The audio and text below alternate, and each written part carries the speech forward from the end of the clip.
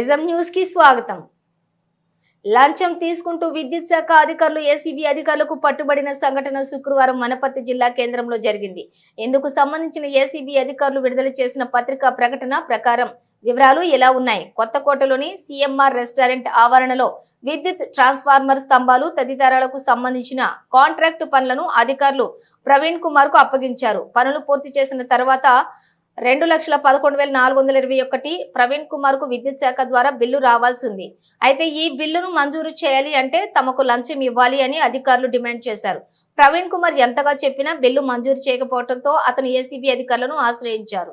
ఈ మేరకు శుక్రవారం ఏసీబీ అధికారులు వనపర్తికి చేరుకుని ముందుగా చేసుకున్నటువంటి ప్రణాళిక ప్రకారం సంబంధిత అధికారులకు డబ్బులను ప్రవీణ్ కుమార్ ద్వారా పంపించారు. అధికారులు ఆ డబ్బులను తీసుకున్న వెంటనే ఏసీబీ అధికారులు రంగప్రవేశం చేసి విద్యుత్ శాఖ అధికారుల నుండి డబ్బులను స్వాధీనపరుచుకున్నారు. ఈ మేరకు పీడీసీఎల్ వనపర్తి విద్యుత్ శాఖ superintendent engineer P Nagendra Kumar, divisional assistant engineer, technical divisional engineer ఎం నరేంద్ర కుమార్ ను అదుపులోకి తీసుకున్నారు. సాయంత్రం నుండి రాత్రి వరకు ఏసీబీ అధికారులు విద్యుత్ శాఖ కార్యాలయంలో ఉండి పూర్తి ఆధారాలతో విద్యుత్ శాఖ అధికారులను అదుపులోకి తీసుకోవటం ఉమ్మడి జిల్లా వ్యాప్తంగా చర్చనీయాంశం అవుతోంది.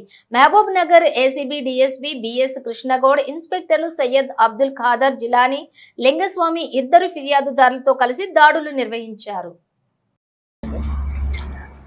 వనపర్తి జిల్లా కొత్తకోట మండల్ నిర్వెన గ్రామానికి చెందిన ప్రవీణ్ కుమార్ అనే వ్యక్తి గత 4 సంవత్సరాలుగా ఎలక్ట్రిసిటీ కాంట్రాక్టర్గా పనిచేస్తున్నాడు.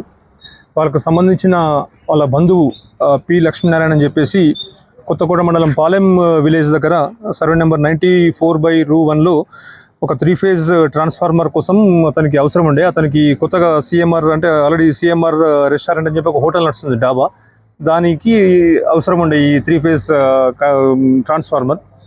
దానికి సంబంధించి అతను ఈ ఎలక్ట్రిసిటీ కాంట్రాక్టర్కి ఆ పని చేయించమని అప్పగించడం జరిగింది. అంతకుముందే అతను ఏప్రిల్ 2వ తారీఖు నాడు దాన్ని కన్జ్యూమర్ సర్వీస్ సెంటర్లో ఆన్లైన్లో అప్లై చేసుకొని ఈ కాంట్రాక్ట్కి ఇవ్వడం జరిగింది. దీంతో ఇతను 16th రోజు కొత్తకోట మండల్ ఏఈ గారికి కస్టమర్ సర్వీస్ సెంటర్ అప్లికేషన్ సంబంధించిన ఆన్లైన్ పేపర్ను దానికి సంబంధించిన కాగితాలు ఇచ్చేసి కొత్తకోట ఏఈ ఆపరేషన్స్ గారికి ఇస్తే అతను ఎస్టిమేషన్ చేశాడు దాని ట్రాన్స్ఫార్మర్ గురించి.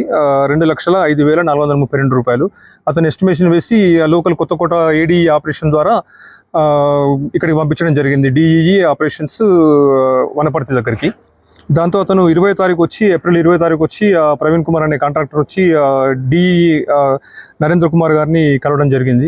కలిస్తే అతను తనకి 10,000 రూపాయలు, తర్వాత ఎస్సీ గారు అతనికి 10,000 రూపాయలు, తర్వాత ఎస్సీ దగ్గర పనిచేసే ఏఈ మధుకరన్ ఉన్నాడు, అతనికి ఒక 1,000 రూపాయలు, మొత్తం 21,000 డిమాండ్ చేసి డబ్బులు ఇస్తేనే అది శాంక్షన్ చేపిస్తా అని చెప్పడం జరిగింది.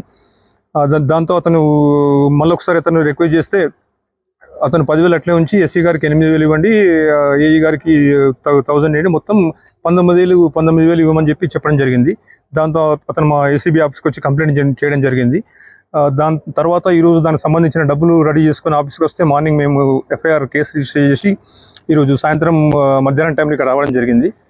మధ్యాహ్నం అంతా మీటింగ్లో వాళ్ళంతా బిజీగా ఉండే. ఆ తర్వాత 6:50 ఆ ప్రాంతంలో ఏఈ మధుకర్ ఆ డబ్బులు కూడా ఒకసారి ఎస్సీ గారిని వెళ్ళి కన్ఫర్మ్ చేసుకుంటే కూడా ఏఈ మధుకర్కే ఇవ్వమని చెప్పడం జరిగింది. దాంతో ఇవాళ మధుకర్ 9,000 తీసుకున్నాడు, అంటే 8,000 ఎస్సీ గారికి, 1,000 మధుకర్కి. తర్వాత బయటకు వచ్చిన తర్వాత పక్కన డిఈ గారు ఆఫీస్కి వెళ్ళి డిఈ గారు కూడా టేబుల్ డెస్క్లో కూడా ఒక 10,000 పెట్టుకోవడం జరిగింది. మేము ఇమ్మీడియట్గా రైడ్ చేసి ఆ ముగ్గురిని అదుపులో తీసుకొని ఆ డబ్బులు రికవరీ చేసుకున్నాం. కేసు ఇన్వెస్టిగేషన్ జరుగుతుంది. కంప్లీట్ అయిన తర్వాత స్పెషల్ కోర్టు ఏసీబీ నాంపల్లిలో ప్రొడ్యూస్ చేస్తాము.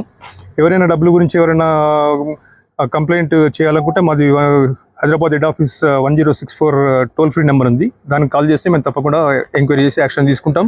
వాళ్ళకి కూడా వివరాలను కూడా సీక్రెట్గా ఉంచుతాం.